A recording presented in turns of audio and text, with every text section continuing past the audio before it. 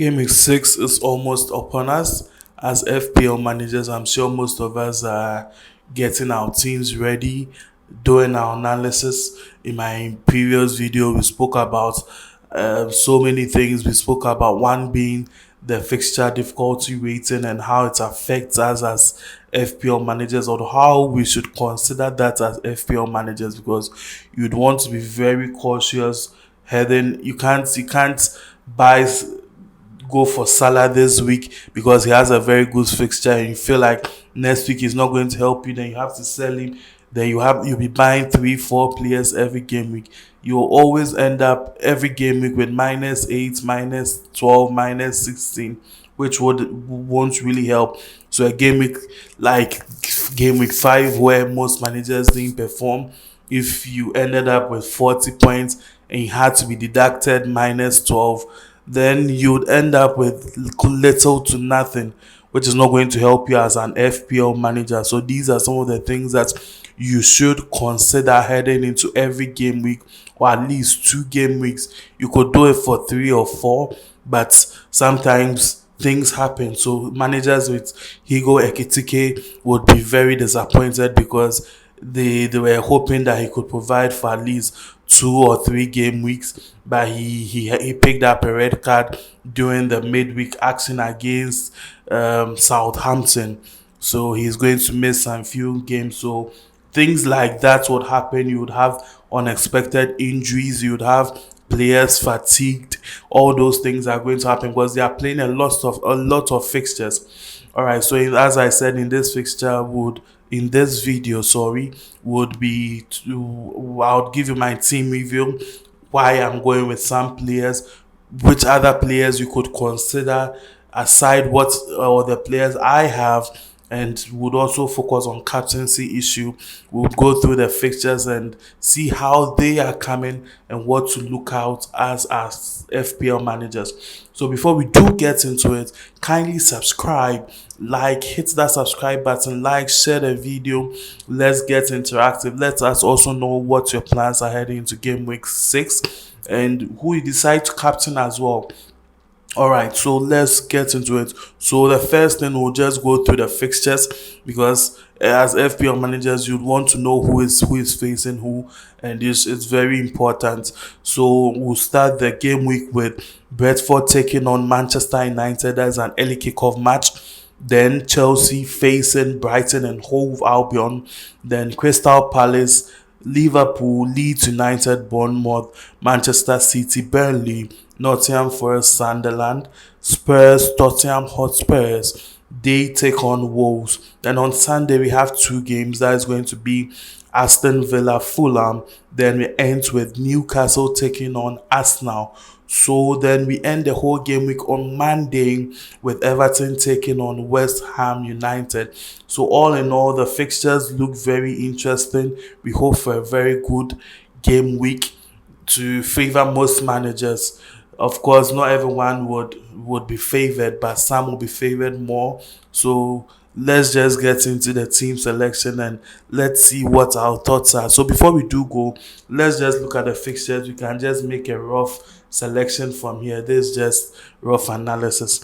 All right, so Brentford, Manchester United. You expect Manchester United to continue with their form, that is Baxton, or coming from the win from against Chelsea. You'd want them to continue with that momentum. So heading into this game week, it won't be bad to have a player in Mbuemo or Bruno Fernandes to help with assists and set pieces in Mbuemo, because he's the sole player in front. He's doing the dirty work. He's getting the tackles in. He's getting the shots in.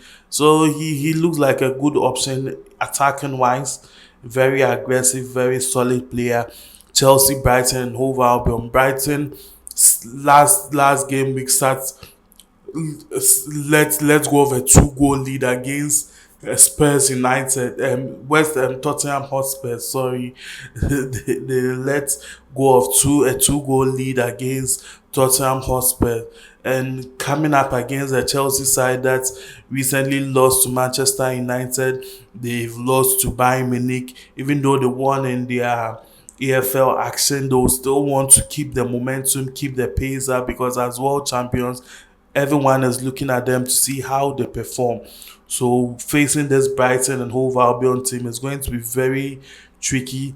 Players are going to go in very disciplined, I think, and I hope. So you could have a player in Joao Pedro. We are yet to hear on on Cole Palmer, whether he's fit to start. So Estavo to could be a good differential to have. We had Gettins playing during midweek, which I'm not sure he'll be playing. Come this game week, you'd expect a Pedro Neto to start. You could expect Estavo to also start.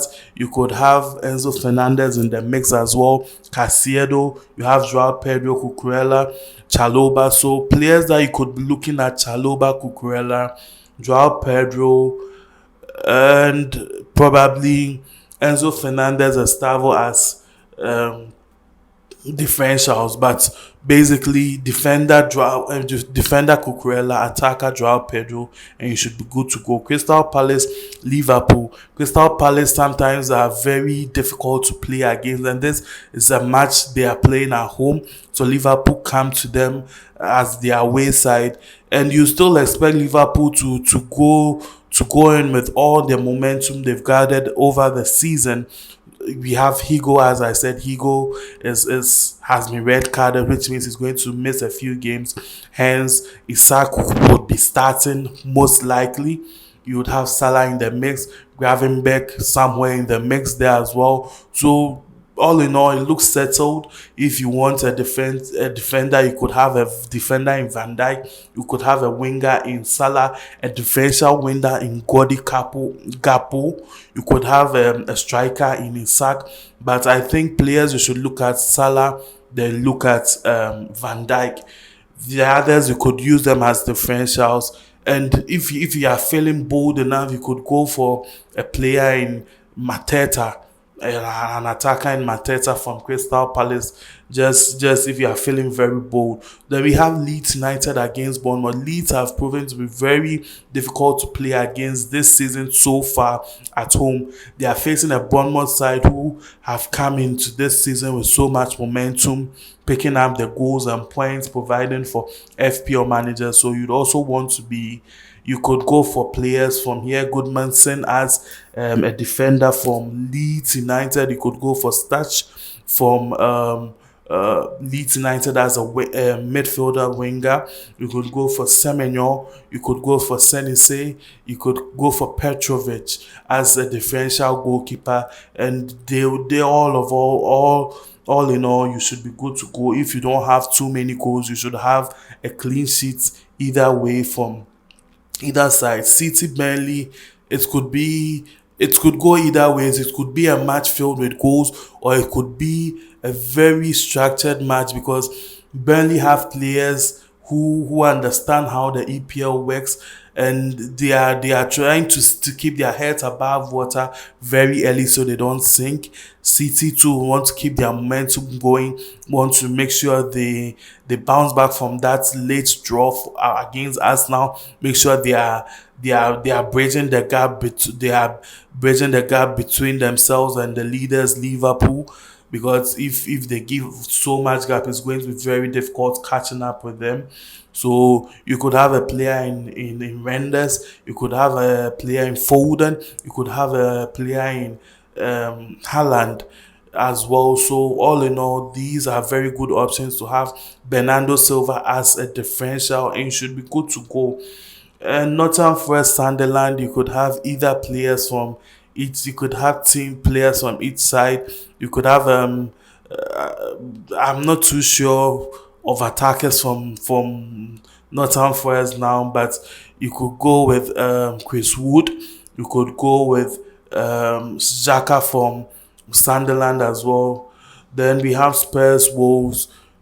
So many players to have. You have Kudus, you have Richarlison, you have Pedro Porro, you have Van de Ven. So Pedro Porro is quite expensive, so you could go for Van de Ven as a cheaper option.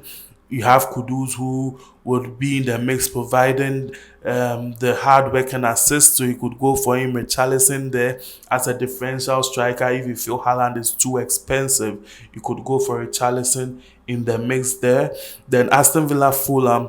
This match could go either ways. Aston Villa are struggling to score. Fulham too are that team they go up and down, so you could have a player from either side and you should be okay to go. As Newcastle Arsenal, this match you'd expect Newcastle to try and conserve things as they are at home, so it could be very difficult for Arsenal. It could be a very good game as well. So Saka is back, which is a plus. You'd also have the normal defenders from Arsenal, which is also a plus. Then you Newcastle are still, they have a whole lot of, so far they've put up so many formations and teams. I'm not really focusing on them now. So Saka is back. You can have Jokeres as a differential striker as well. So that is good for that. Then we have Everton taking on West Ham United. Everton at home, new stadium, new fans, new momentum. You could have Indaya, you could have Grealish, you could have a differential in Bowen from West Ham. That is if you feel bold enough. Then, so this all in all, we've made a selection. You could pick players from either side and you should be good to go.